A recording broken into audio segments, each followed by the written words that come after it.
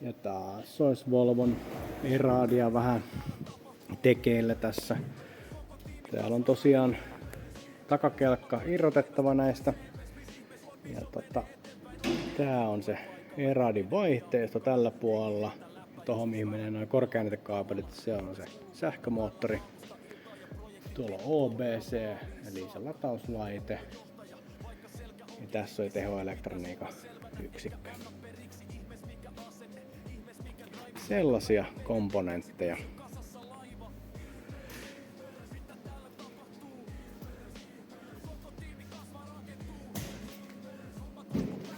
Ja tässäpä tämä Eradi vaihteisto nyt sisältä.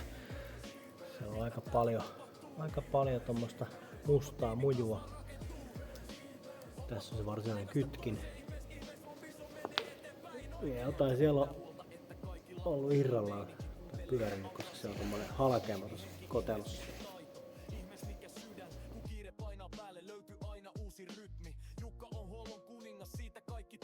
Puhelin soi ja viestejä tulee joka ilman suunnasta vasemmalta revitään. Oikealta pyydetään. Ihmees miten mies